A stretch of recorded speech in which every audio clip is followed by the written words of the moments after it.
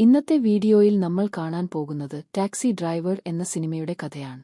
ഈ സിനിമയിലെ പ്രധാന കഥാപാത്രം ട്രാവിസ് ബിക്കൽ ആണ്. അദ്ദേഹം ഒരു വിയറ്റ്നാം യുദ്ധത്തിനു ശേഷം ന്യൂയോർക്കിൽ ടാക്സി ഡ്രൈവറായി ജോലി ചെയ്യുന്ന ആളാണ്. അദ്ദേഹം രാത്രിയിലേറെ സമയം ജോലി ചെയ്യുന്നു.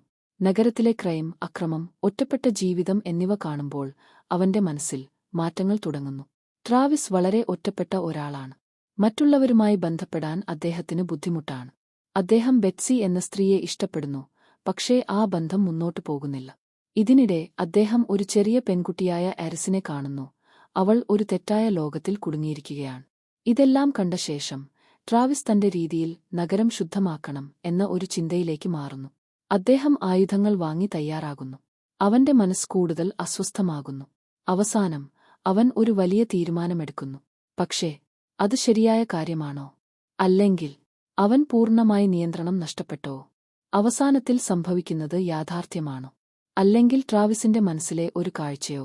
ഇതിന്റെ മറുപടി അറിയാൻ ടാക്സി ഡ്രൈവർ നിങ്ങൾ തന്നെ കണ്ടു മനസ്സിലാക്കണം.